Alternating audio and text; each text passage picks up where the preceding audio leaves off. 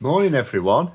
So I thought we'd talk about not so much, well, it is a bit like, when the general election is going to be, but more what the public reaction might be if Rishi Sunak did decide to go for autumn.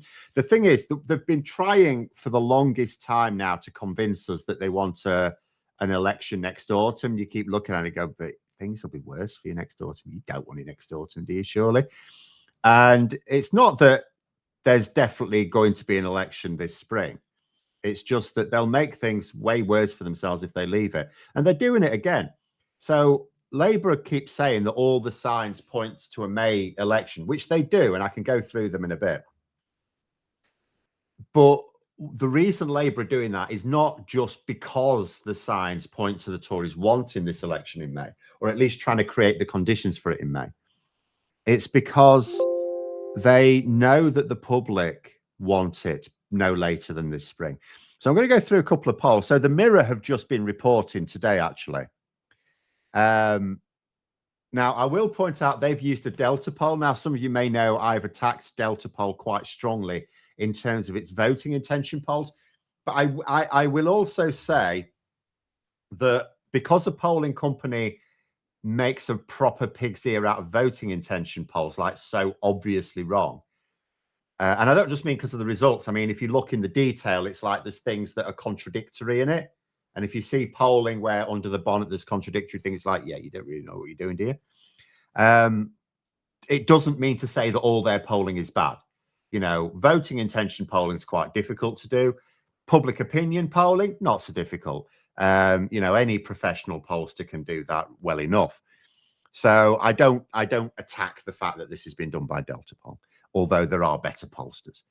So the Mirror are reporting that 31% of people want the general election to take place as soon as possible.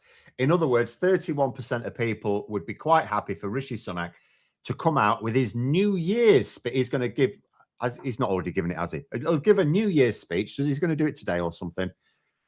At some point this week, he's going to give a big New Year's speech.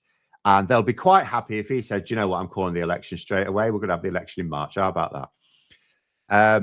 It says 19% want it in the spring. So that basically means 50% want it no later than spring. And then it says 16% for the summer, which is an odd one, but 16% for the summer. But only 9% want it in the autumn, and only 3% want it next winter. Now, I'm just going to go back to another poll. This is on YouGov. This was from October, right? Where it actually had, even of conservative voters, not a majority wanting it sooner rather than later, but a fair number wanting it. Because it does note in this, at the time, it actually had, because this was in October, it had 19% wanting the election before the end of 2023. But the polling date was 25th of October, so that wouldn't have been possible anyway. It wouldn't have been physically possible. But it shows you that 19% are just so desperate. But they could just be entrenched, Labour voters. But another 29% wanted it by the spring of 2024. So we are getting polling that says the public want this election.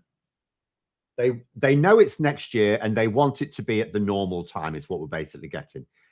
The 3% will be Tories. Oh, they inevitably, yes. Inevitably, people who are intending to vote Conservative obviously don't want an election. Why would you? If your intention is to maintain the status quo, you're not interested in the election.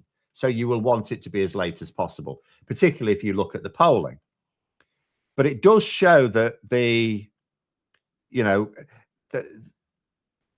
there's a chance that Labour can actually make it very difficult for the Tories to go along, because they can paint it as, right, well, you're just clinging on to power now. So if we go through some of the reasoning for those who aren't aware of why, of why the Tories, we know that they are going for a May election. Doesn't mean to say there's definitely going to be a May election. I hesitate to say. I'm just saying that they're trying to create the conditions for it. So the first one is that they're implementing a national insurance cut of 2%. That's this month. That's taking place within a matter of days. So what they want is for people to see in their wage slip that their take-home pay has gone up. So if they implement it this month, people should see that in their February pay slip, shouldn't they? So so what we're going to see in February and March, we're going to see the Tories and the Tory media going, look at your wage slip. Look, it's gone up. It's gone up. That's our tax cut, that is. However, income tax is going up. Oh, but they're not putting that tax change in this month. They're putting that in the normal time of April. So, and just to give you the figures on it, the national insurance cut is worth £10 billion across the country. The income tax increase, and it's a real terms increase, they're keeping the bands the same. They're freezing the band. So it looks like income tax is staying where it is, but in real terms, it's not. Because as people's salaries go up, even if it's not up in real terms, a lot of people are going to be dragged into higher tax bands. So they'll be paying a higher rate of tax. So that's worth over £40 billion. So the national insurance cut worth 10 billion, income tax rise worth over 40 billion, which means there's a net 30 billion pounds worth of effectively income tax rises coming, but that's coming in April. So what will happen is in February, a load of people will see, oh, my take-home pay's gone up. Now, some people may be smart enough to realize that it's been wiped out by the extra cost of energy, but you know, that the government want them to see that in black and white, pay going up. Because the rest of the tax stuff is coming in April, May pay slips for a lot of people, not everyone, but for a lot of people, they'll see that take-home pay come down again. Now ask yourselves, why are the government bringing in the national insurance cut early? Because they want to see the take-home pay go up. How does that help them if a few months later people see it come down again? The answer can be that they want the election before they see it come down again. And if you're going to see it come down again in your May pay packet, then if you have an election on May the 2nd, which is the date for the mayoral and local elections, then you don't see it because people don't really get paid on the May the 1st, do they? So if Starmer had the charisma of Blair, this coming election would wipe the Tories out completely. Well, I mean, if you could like genetically design a political leader that had all of the strengths that are strengths of a political leader, then yes, you would. But you take what you can get. At the end of the day, Starmer also has qualities that Blair didn't. You know, it's like the charisma thing is obviously not a problem at the moment. It may be a problem in the future. We will have to see. But at the same time, there are charismatic people that Labour have access to as potential leaders who would be useless in other ways. So, you know, it's like swings and roundabouts, isn't it? You have what you have. I mean, you know, you can go on about, oh, if only we had this or if only we had that. You can't have the ideal leader. I mean, in Blair, we had a leader who cocked up in other ways. He was too arrogant, wasn't he? But there we go. Patrick saying freezing the tax bounds, very easy way to put tax up while claiming to be a low tax party. Yeah. Well, the thing is, though, that the actual rate of tax, you know, you can see that on official figures, and that you can't hide the fact that the rate of tax is up. So that's one reason why that points to a May 2nd election. The second reason is the Rwanda bill. Rishi Sunak is trying to push this really hard. Now, the thing is, his Rwanda plan cannot possibly work. And it doesn't matter how it transpires. Let's say he gets it through the House of Commons, which, you know, unless this rebellion turns up, it didn't turn up last year, so it may not turn up this month. So assuming that rebellion doesn't turn up, he gets it through the Commons, then the House of Lords look at it and go, no. And so the House of Lords will start amending it. Rishi Sunak, it will have to reject those amendments. So it'll just keep going backwards and forwards. So how does that help him? It doesn't. Unless, of course, he wants to blame unelected Labour peers for blocking his Stop the Boats policy, in which case, how does he deal with it? Because he can't ram it through Parliament. What does he have to do? He has to call a general election and say, right, we're going to make this part of our main offer. And in fact, that's how he might head off the rebellion. That the reason why there may not be a rebellion this month is because Rishi Sunak may be telling the far right, we're going to put it in the manifesto. We're going to make it our main manifesto promise, right? So all sorts of things, in terms of why the government look like they're really aiming for May the 2nd. The other reason, of course, as well is they wouldn't want it in summer, because if they have the election in summer, then it means they have to have the local and mayoral elections on May the 2nd. They're happening regardless. They're going to be another damaging set of results. And the Tories are going to absolutely hate it when Sadiq Khan wins, which of course he's going to win. I mean, apart from anything else, first of all, Labour is generally a London is generally a Labour city. And I know, okay, they voted for Boris Johnson. But also, Labour are in the ascendancy nationally at the moment. And Susan Hall is a complete lunatic. In fact, Sadiq Khan has been likening her to Donald Trump. But she is quite horrendous as a candidate, as in useless, utterly useless. So Sadiq Khan's going to win. They're going to hate that. Why would they go through another damaging set of local and mayoral elections only to hold the general election a month or two later? Doesn't make sense. Makes no sense at all. So if they don't go for it they could even go for it early. They could go for it in spring, because here's the advantage, as in April. Here's the advantage in the Tories going to the polls no later than May the 2nd. So talking about those local and mayoral elections, right? Now, some people will vote Labour or whomever else, the non-Tory candidate, because the Tories have made such a mess of things. They'll use it as a referendum on the national leadership. But if you're given a general election, you don't have to use the local or mayoral elections as a protest vote against the government, because you can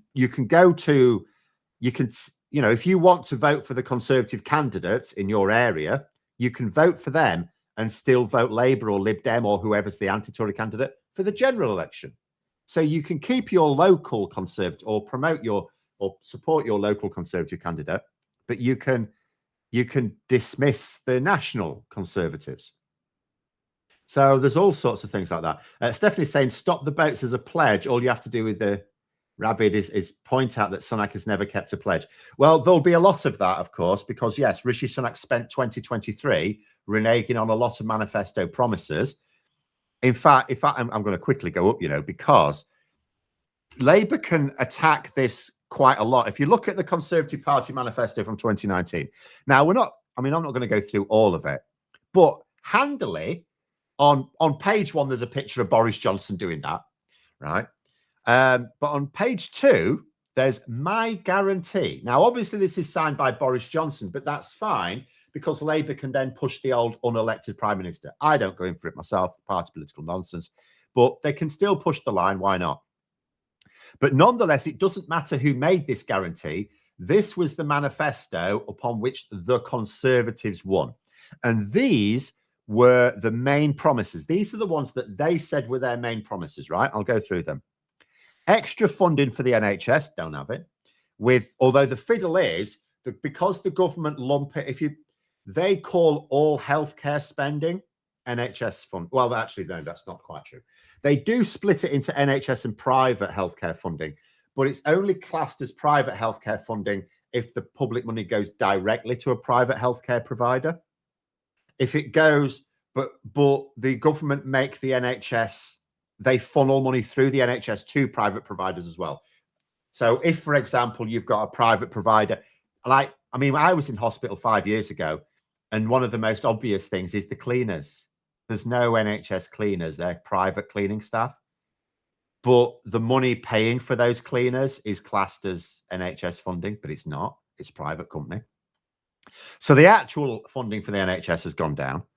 It says 50,000 more nurses. Well, it's funny how we had about a shortage of about 40-odd thousand nurses, and now we've got a shortage of about 40-odd thousand nurses. Again, the way they'll fiddle that is because they've recruited 50,000 more nurses, but there's like 50,000 nurses left the profession as well. So we haven't actually gained nurses. It says 50 million more GP surgery appointments a year. I haven't checked, but I really don't. Do you feel like there are more GP appointments? I don't think there are. 20,000 more police and tougher sentencing for criminals. So the 20,000 more police they'll claim, even though it's still fewer police per capita than when Labour in power. Also, they had to recruit them by taking on people who were who failed the recruitment process first time round. So they're people who basically fail the process. They let them anyway. And people with drug addiction problems, things like that. Tougher sentences for criminal. Do me a favor. They had to tell judges to stop sentencing criminals a couple of months ago because prisons had run out of room. Also, it takes years to come to court. So Labour can head that one off. Australian-style points-based system to control immigration. Well, they brought in the points-based system, but the figures show, come the election, they'll show a significant drop in immigration, but the official figures are that net migration is record high. So they're going to struggle on that one. Millions more invested every week in science, schools, apprenticeships, and infrastructure while controlling debt. Where's this investment in infrastructure? Is cancelled it all. As for schools, they keep falling down. Controlling debt, debt's going up. Reaching net zero by 2050 is cancelled a load of net zero policies. He says he's still committed, but it's like, well, you've cancelled a load of net zero policies, but you haven't added new ones in. So how does that work? They're still not even going with, like, I thought the Tories had finally realised that they had nothing against onshore wind farms, or nothing majorly against them, but the NIMBYism festered again, so that's still not a thing. And then it'll say, this is the last point, we will not raise the rate of income tax, VAT, or national insurance. Well, they did twice. But there we go. So those are their main promises.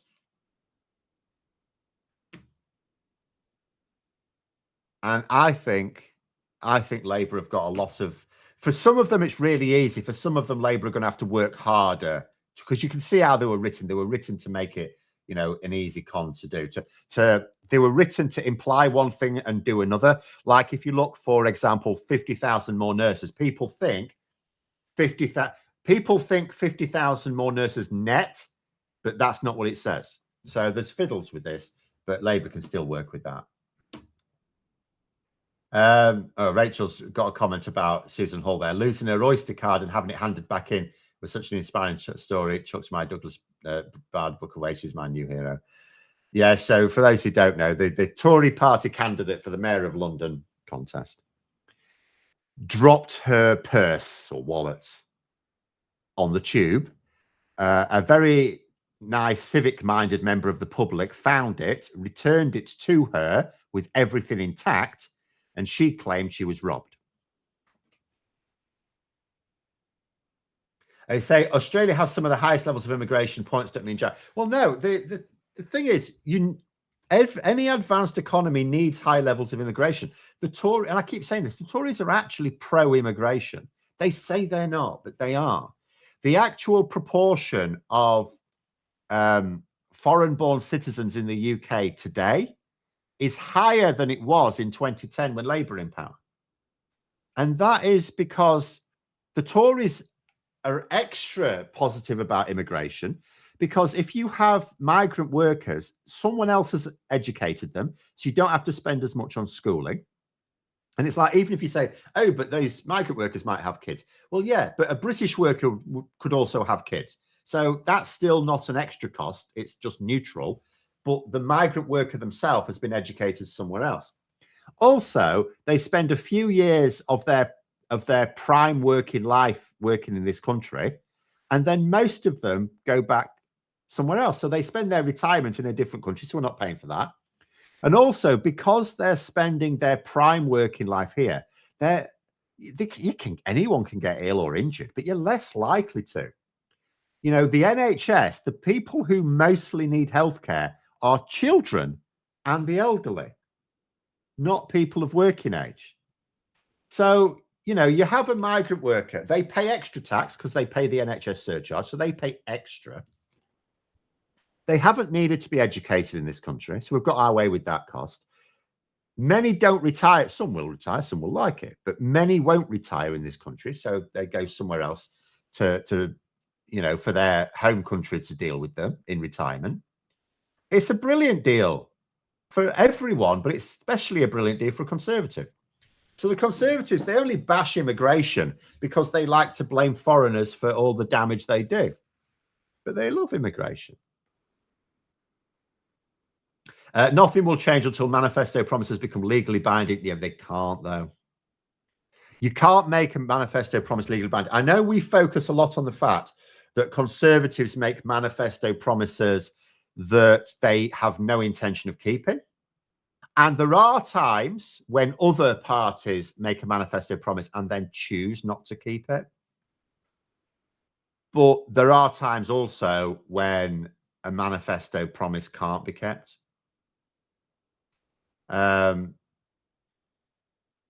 Really, the way to deal with it is just to make sure that if we had, again, I will always come to this, if we had a media, if our mainstream media were reporting in the public interest, broken manifesto promises, you won't get away with them.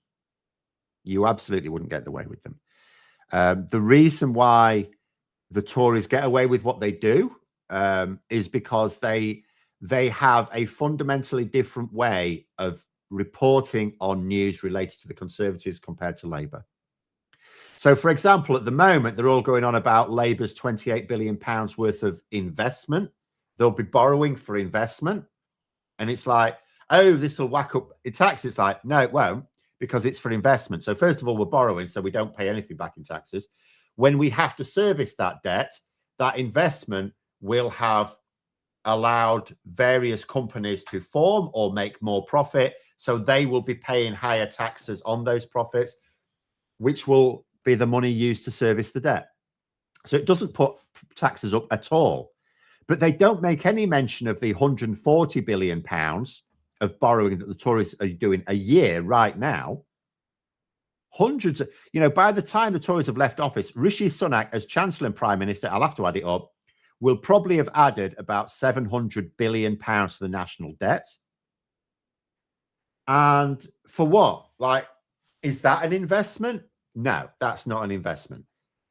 Some of it was necessary, some of it was needed for the furlough, but actually, when you consider how much was actually, the furlough scheme didn't actually cost as much as the money he made disappear onto nothing. So basically, that is extra taxes because it didn't produce, because it's not an investment. It's not going to lead to any GDP growth. So we're not going to get naturally higher tax revenues as a result of that borrowing. So that does increase taxes, which is what we've seen. If the media explained that, they'd never get away with it. The Conservatives Party, as they are now, could never get away with it. Right, a couple of super chats. Gary Arnold, £2 super chat, thank you very much, says you're the best. I'm not quite sure at what, but thank you. And David Falconer, 38 Hong Kong dollars, says, give the NHS workers the same pay rise MPs gave themselves, that would help. Well, I mean, I have a bit of a policy. There are certain things I think would be valid policies. The first is, when it comes to public sector pay rates, the MPs should always be on the lowest rate, as in not the lowest paid. What I mean is, so let's say you're doing your pay increases across the whole public sector, and you've got some getting a 2% pay rise and some getting a 3% pay rise, some getting a 4.5% pay rise, whatever. Whatever is the lowest rate, that's what MPs get. That's what I would say. That's what MPs get. So if there are any public sector workers getting a 0% pay increase, which has been I've been a teacher where that's been the case for quite a few years, then MPs also get 0%. So if MPs want their pay rise, they can make sure that every public sector worker has at least the same percentage pay rise, at least. Do people vote Tory out of their own masochism? No, it's because they believe the media just throw them off course completely. They believe either, like, to begin with, like when Labour in power. So in 2010, people believed, first of all, they believed that Labour were responsible for the banking crash. Second, they believed that Labour weren't dealing with it properly. The Tories promised to do all the good things that Labour do, but for less money. They say, oh, they're being wasteful, you see. We're going to do it. And they do this nonsense. We're going to do it with the efficient private sector. Oh, yeah, the private sector's efficient. No, it's not. It means you're paying extra money, you fools, for a worse service. But it's so, and then when the Tories have been in power for a while and everything's gone to shit, as it always has, then people are convinced, oh, but it'd be even worse under Labour. And you just think, God mighty. I mean, I will come back to what I started off with in this Mirror article. I have put links in the description below, by the way. It does say, I've lost it now, but it does, there's a hefty proportion of people who believe, here it is, 62% believe life has got worse in Britain since 2010. Now, there's two ways to think about that statistic. 62% believe life has got worse in Britain since 2010. So you can look at that and go, well, that's a clear majority. Okay. But then you can also look at it and think, that means 38% don't think that. 38% of the population either don't think life has got worse since 2010 or they're not sure. Have they been in a coma for 20 years? What's going on?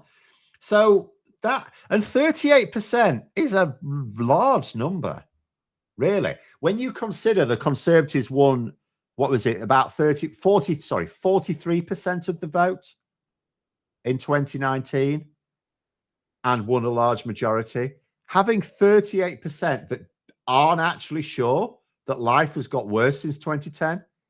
I mean, you could look at data, it's stark, but I mean, anyone who's lived through it, it's absolutely incredible for you to either not think that or not be sure, because the difference is night and day. And so that's incredible to me. And also consider that 38%. Labour in 2005, this is the year where basically I went, yeah, we should have proportional representation. Labour in 2005 won their majority, and it was a sizable majority as well, with about 33% of the vote. Labour got a third of the vote and got a large majority, right? So if you've got 38% of the population, and remember, those 38%, it's not just that they're not aware that life has got worse since 2010. Consider this. Some of them, okay, some of them may not have lived in the UK in 2010. Some of them may be people who've only come to live in the UK since then. Okay, fair enough. But the majority of those will have been living in the UK in 2010, right? Some of them may also have been small children and not really, or children at least. And, you know, you don't necessarily notice things when you're a kid. Like Billy Connolly used to say all the time, like he came from a deprived background, lived in tenement blocks in Glasgow. And yet he didn't feel poor as a kid, because you don't. So, yeah, but still, of that 38%, a lot of them will have been adults in 2010 in this country. If they cannot notice a drop in falling standards, the like of which we've seen in the last 14 years, then think about all the other things they don't notice as well. These are people who are highly susceptible to Tory lies and Tory media lies. So the reason why we keep getting the Tories voted into power is because you've got a very large proportion of the population who just have their head in the clouds. And, you know, the only good thing to say about it, read the super, I have read the super chats. There was also a Kinky Afro 4.99 super chat, thank you, but you said nothing. You said critical hits. Thank you. What was I? Yeah, the saving grace is that the majority of people are usually reasonably clued in. So therefore, we just need a voting system that reflects the majority of people, proportional representation. And as soon as the election's over, then the focus needs to be, the political pressure needs to be on Labour to introduce PR without too much hesitation. SFAC saying, as a person from quite a poor background, I can say that at a certain point you start to notice your family has much less than peers. But again, that depends on who you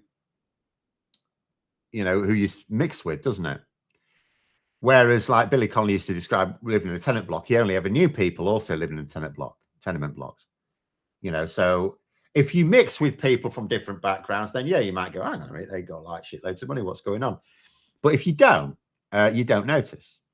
You don't notice these things. I mean, I can't speak from personal experience, but you know, there's a lot of people. It's the same thing with like people in this country who don't necessarily realize the standard of living is poor because they can't compare it to other countries because not many people really go about. Like if you do go to another country, mostly it's on holiday where you've saved up a load of money to spend there anyway, and you've probably gone somewhere where the cost of living's higher anyway because you've gone to a tourist trap. So a lot of people can't really compare standard of living in this country with other countries because they're not inquisitive enough. And it's the same thing, you know, when you're growing up, you compare your standard of living. You might compare it with your peers. If your peers have got the same standard of living, you don't know it. You don't know that you're deprived. You just think it's normal. How will make Keir implement PR if he really doesn't want to? First of all, we don't know he really doesn't want to.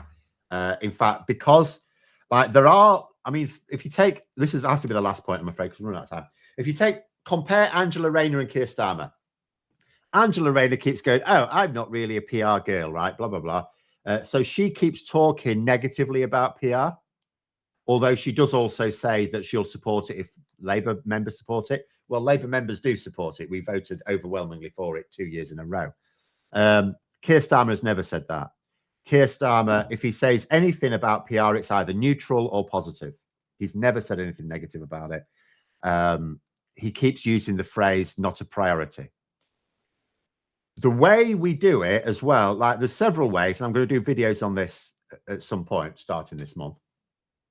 The best way to do it is to join campaign groups. I've already said, if you're in the Labour Party, join the Labour campaign for electoral reform.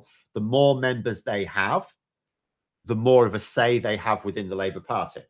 But even outside it, there are moves to promote heavy tactical voting at the next election. Now, one of those groups was probably multiple groups, but one major group, Make Votes Matter, wants to do that to create this large block of tactical voters who will then say, we want proportional representation. So I will explain this on my own channel in a video in more detail, probably next week, I think, because I want to do another video first. But here's the situation. When Labour have won the election, they want to win the next election. How do you win the next election? You retain your voters. So you need to maintain as many of those voters as possible. Now, if you've got a load of voters who voted Labour, because they'll need to know why they voted Labour, and they voted Labour because they want a fairer electoral system, well, all of a sudden you create a debate within Labour. That there's the risk that if Labour are just going to be seen as a party that isn't going to respect the majority opinion, then they're not worth supporting at the next election. That's ultimately how you do it. You use your vote. You use your vote. You don't withhold your vote. That doesn't get you anywhere.